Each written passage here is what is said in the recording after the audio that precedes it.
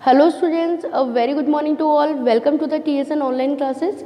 Now today I am going to explain class 9 science chapter number 10. The name of this chapter is the gravitation. It's the second part of this chapter.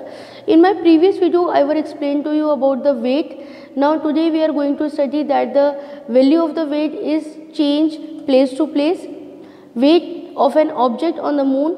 The weight of an object on the earth is the force with which the earth attracts the object, and the weight of an object on the moon is the force with which the moon attracts the object. यदि हम किसी भी object के wait की बात करें तो उस ऑब्जेक्ट का वेट वह है जो कि अर्थ उसके ऊपर क्रिएट कर रही है, यदि वो अर्थ पर है. यदि हम मून पे बात करते हैं तो मून के ऊपर उस ऑब्जेक्ट का वेट वो होगा जो कि मून क्रिएट करेगा. The mass of the moon is less than the mass of the earth. Moon का जो मास है वो अर्थ की तुलना में कम होता है. So the moon exert lesser force on the object than the earth. इसीलिए मून उसी ऑब्जेक्ट के ऊपर कम फोर्स अप्लाई कर पाता है जिसके ऊपर की अर्थ ज़्यादा फोर्स क्रिएट कर रही थी. The weight of an object on the moon is 1/6 of its weight on the earth. It's a very important line. इसको आप ध्यान रखें कि किसी भी ऑब्जेक्ट का जो भी वेट हो अर्थ के ऊपर, मून पे जाने के बाद उसका वो 1/6 ही रह जाता है, यानी कि जो वैल्यूज़ होती हैं वो 1/6 हो जाती हैं. Now the next is the thrust in the pressure. Thrust is the force acting on an object perpendicular to the surface when you stand on loose sand the force of your body is acting on the area equal to the area of your feet when you lie down. The same force acts on an area equal to the contact area of the whole body. In both cases the force acting on the sand, it is the same. Now the next is the pressure. Pressure, the formula is the thrust upon area. The pressure is the force acting on the unit area of the surface, and the effect of thrust or on losses sand is larger while the standing than while lying down. The SI unit of the thrust is the n meter 2 is called the pascal. तो आपको तो pascal ध्यान रखना है कि जो pressure है उसे हम पास्कल के अंदर उसका मेजरमेंट लेते हैं. Now pressure in fluids. किसी भी फ्लूइड के अंदर प्रेशर क्या है, लिक्विड एंड गैसेस के बारे में हम लोग बात कर रहे हैं यहाँ पे. Fluid excrete a pressure on the base and walls of the container. कोई भी फ्लूइड जो होता है वो एक प्रेशर क्रिएट करता है बेस पर, जिस कंटेनर के अंदर उसको रखा जाता है उसके बेस पर, उसकी वॉल पे. Fluids excrete the pressure in all direction. ये जो प्रेशर है ये सभी डायरेक्शन के अंदर क्रिएट किया जाता है. Pressure excreted on the fluids is the transmitted equally in all direction. तो ये हमने समझ ही लिया कि भाई जो प्रेशर क्रिएट हो रहा है वो सभी साइड्स के अंदर, सभी डायरेक्शन के अंदर इक्वल होगा. Now the next is the buoyancy. Upthrust के नाम से हम इसे जानते हैं. When an object is the immerse in a fluid it experiences an upward force called the buoyant force. This property is called the buoyancy. और upthrust, the force of the gravity pulls the object downwards and the buoyant force pushes it upwards.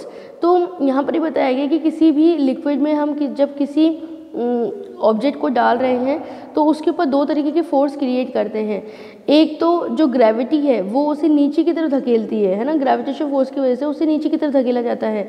और जो upthrust है, buoyant force जो है वो उसे ऊपर की तरफ लेके आता है. तो ये जो फिनोमिना है इसे हम लोग बायंसी के नाम से जानते हैं, अपथ्रस्ट के नाम से जानते हैं. The magnitude of the buoyant force depends upon the density of the fluid. ये इसकी जो वैल्यू होती है ये डिपेंड करती है कि उस फ्लूइड की डेंसिटी कितनी है. नाउ वाई ऑब्जेक्ट फ्लोट और सिंक इन वाटर. क्यों कोई भी ऑब्जेक्ट जो है वो पानी के अंदर डूब जाता है या फिर तैरता है.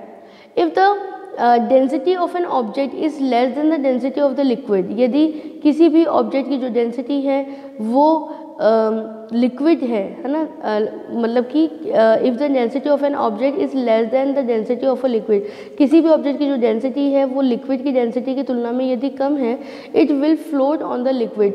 वो लिक्विड के ऊपर तैरेगा। And if the density of an object, और यदि किसी ऑब्जेक्ट की density is more than the density of the liquid, liquid की तुलना में उस ऑब्जेक्ट की डेंसिटी ज़्यादा होगी, then it will sink in the liquid, और तब वह उस लिक्विड के अंदर डूब जाएगा, है ना, तो सिंक हो जाएगा। तो यहाँ पर इसका एग्जाम्पल है जैसे कि आइस है ना। आइस का बेटा क्या होगा कि जब हम इसे वाटर में डालते हैं तो क्या होता है, वो ऊपर की तरफ तैरने लगती है। क्यों? क्योंकि density of the ice is the lower than the water, density of the water.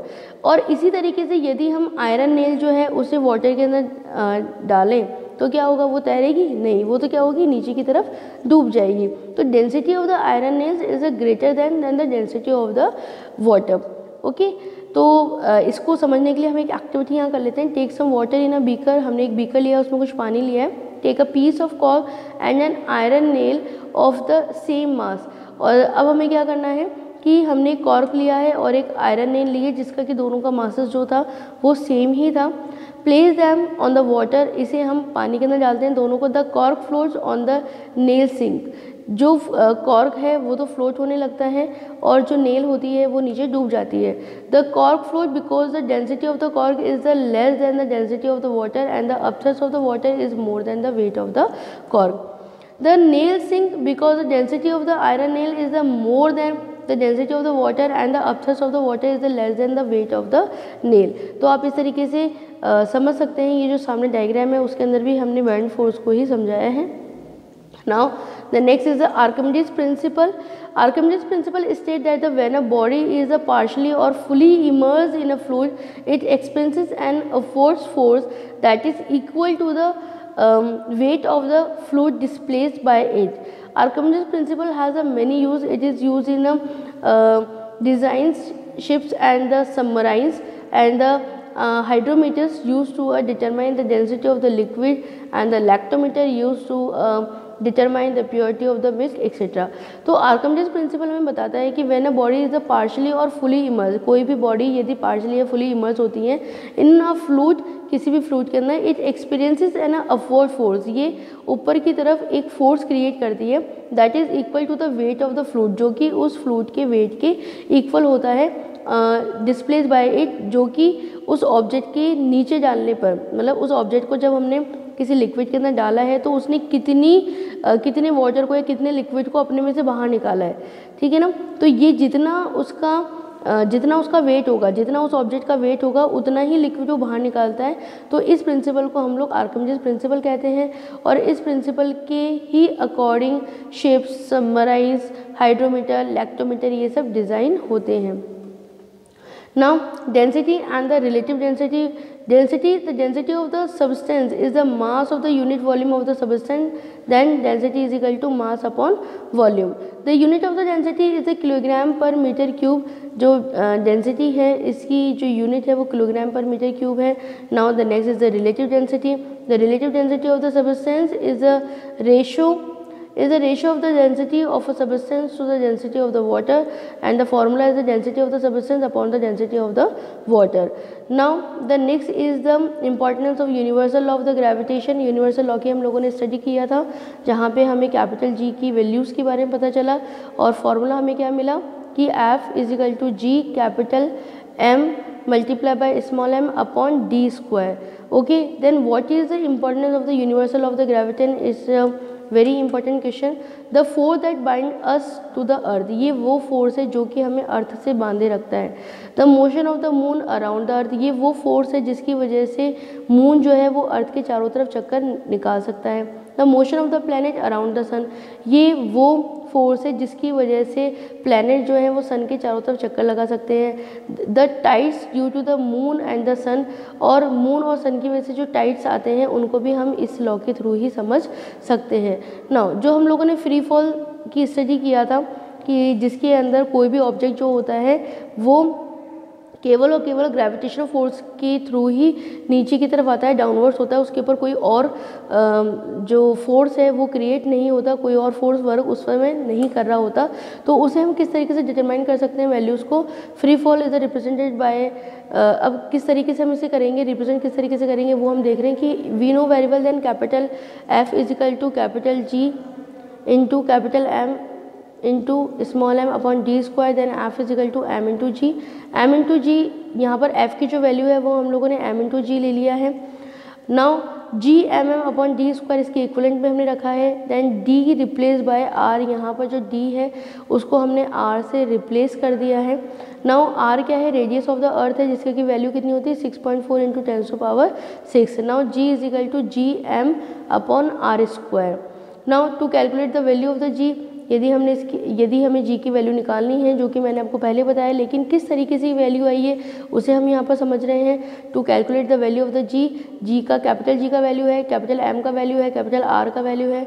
Now G is equal to G M upon R square and 6.7 into 10⁻⁻11।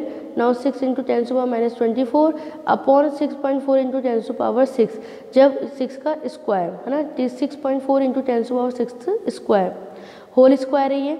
जब इसको सॉर्ट आउट करते हैं तो हमारे पास वैल्यू कितनी आती है? 9.8 मीटर सेकेंड माइनस 2 आता है, and it is the value of the small ji.